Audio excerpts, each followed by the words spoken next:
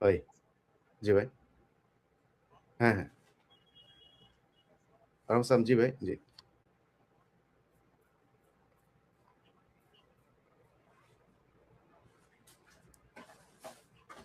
যা দরকার ভাই, যা লাগে করা হবে। যেইটা দরকার হয় সেটা করা হবে। যা লাগে। যা দরকার হয় করা হবে ভাই। দেন আমারে জাস্ট নাম্বার দিয়ে দেন। নাম্বার দিয়ে দেন। ওকে, ওকে ঠিক আছে। ঠিক আছে। ঠিক আছে। ঠিক আছে। নাম্বারটা দেন আমার।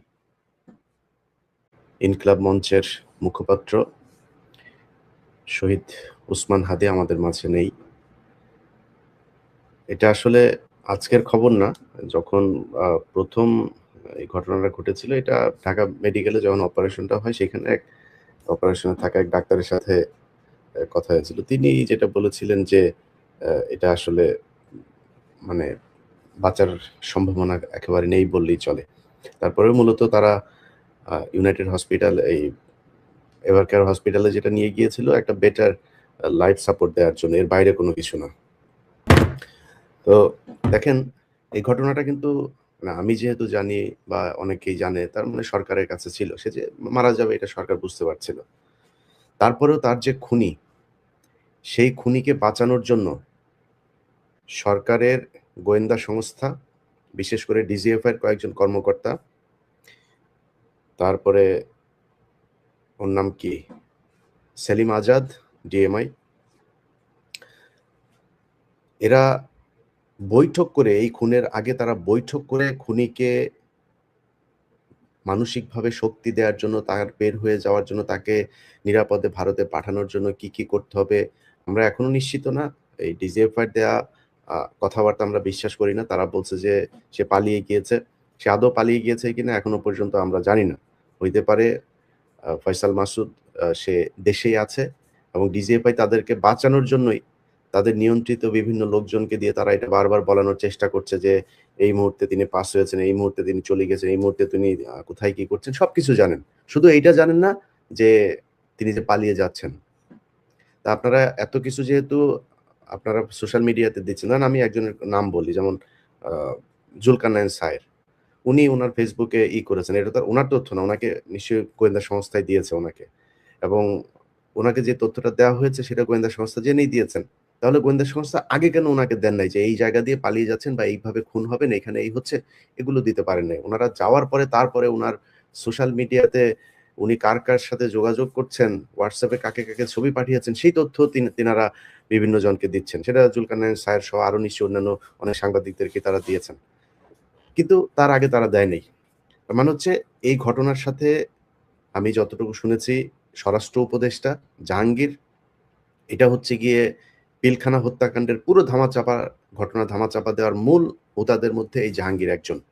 প্রচন্ড দুর্নীতিপরায়ণ এবং আনস্মার্ট একটা অদক্ষ একটা অথর্ব একটা অফিসার ছিল। এই অথর্ব এই পিলখানা হত্যাকাণ্ডের ঘটনা নিয়ে ব্রিগেডিয়ার পর্যন্ত গিয়েছিল। তা না হলে তার ফুল কর্নেল হওয়ার যোগ্যতাও নাই। কোন দিক থেকেই নাই। কোন দিকে। এর মতো এরকম মানে মানে এই কুখাদ্য আর্মি অফিসার যে খুব খারাপ অফিসার, সেটাও মনে করেন যে এর মতো এরকম কুখাদ্য আমার জীবনে আমি কোনদিন দেখি নাই। তার সাথে দুর্নীতিপরায়ণ খালেদা জিয়ার কে দেখতে গিয়েছে এভার কেয়ারে। তার পাশে তার মেয়ে, তার বউকে নিয়ে গিয়েছে। দাঁত কেলিয়ে হেসে সেলফি দিচ্ছে। আরে ভাই, তোর তো বুঝতে হবে এইটুক জ্ঞান তো তোর থাকা উচিত। জ্ঞান তো নাই, থাকবে কেমনে? এটা সেইখানে গিয়ে এটা করেছে। টাকা-পয়সা তো আছে। ধরেন এই ৫ তারিখের পর থেকে যে পরিমাণে টাকা তারা কামিয়েছে, সারা জীবন ১৪ গোষ্ঠী বসে খাইতে পারবে। এই দাঁত তো সবসময় কেলাই থাকে এখন। টাকা-পয়সা হয়েছে না?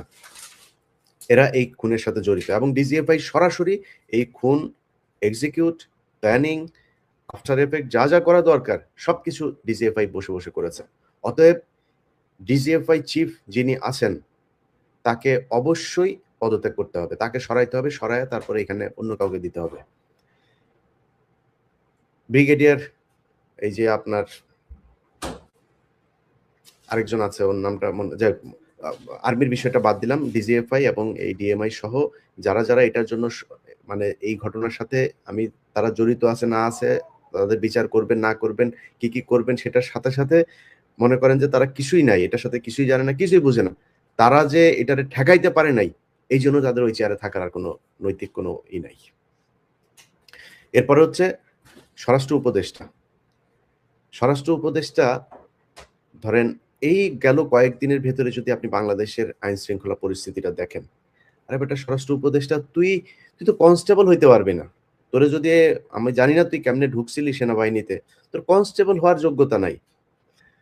তুই এইখানে যেই মানুষগুলোর রক্তের বিনিময়ে তুই এই স্বরাষ্ট্র উপদেষ্টা হইছিস, তোর এই স্বরাষ্ট্র উপদেষ্টা হওয়ার পরে সেই মানুষগুলো নিরাপত্তা দিবি না? সেই মানুষগুলোর পিছনে বারবার তারা একটা কথা বলার চেষ্টা করেছে, এখানে নাকি মব সন্ত্রাস হয়েছে। মবের বিরুদ্ধে তারা ব্যবস্থা নিচ্ছে, মব করতে দেওয়া যাবে না। তোর মারে আকাম করছে খানকির ছেলে, তুই এখানে আসছিস মব মারাইতে।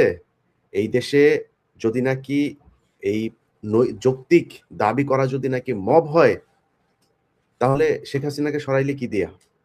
নির্বাচন দিয়ে সরাইছিলে? সেনাবাহিনীর কু করে সরাইছিলে? এই জনগণ গিয়ে তারপরে শেখ হাসিনাকে গণভবন থেকে বের করেছে, তাহলে সেটা মব? তুই যে আজকে এই পদে বসছিস, এখানে তো স্বরাষ্ট্রমন্ত্রী ছিল, সংসদে নির্বাচিত স্বরাষ্ট্রমন্ত্রী ছিল। তো সংসদে নির্বাচিত এমপি হয়ে তারপরে সে মন্ত্রী হইল, তুই কোন জায়গায় এমপি হয়েছিলি? আসিফ নজরুল এ প্রথম আলোর সুশীল গিরি সেজে তারপরে প্রথম আলোর হয়ে কাজ করে। প্রথম আলোর যা বয়ান সে তাহাই বাংলাদেশে বাস্তবায়ন করতে চায়। এই শুয়োরের বাচ্চা গতকালকে পোস্ট করেছে সে নাকি জামিনের ব্যাপারে কিছু জানে না, এটার সাথে আইন মন্ত্রণালয়ের কোনো সম্পর্ক নাই। শুয়োরের বাচ্চা, তুই যা করছিস, তুই যে জাউরামি এই গত 1.5 বছরে করছিস, আল্লাহ যদি বাঁচায় রাখে, তোর অপমান অপদস্থ এই সরকারটা শেষ হওয়ার পরের দিন থেকে শুরু হবে। আসিফ নজরুল যেখানে যাবে ওইখানে জুতা খাবি, ডিম খাবি, এটা তোর কপালের সাথে একদম ওতপ্রোত ভাবে জড়িয়ে আছে। এখন এটা হবে, হইতেই হবে। এখন আসিফ নজরুল কালকে পোস্ট করেছে সে নাকি কিছুই জানে না, এটার ব্যাপারে আইন মন্ত্রণালয়ের কোনো কিছু নেই। আচ্ছা, এটা আপনার যখন কিনা 5 আগস্ট হয়, 5 আগস্টের পরে আপনাকে নামটা বলছি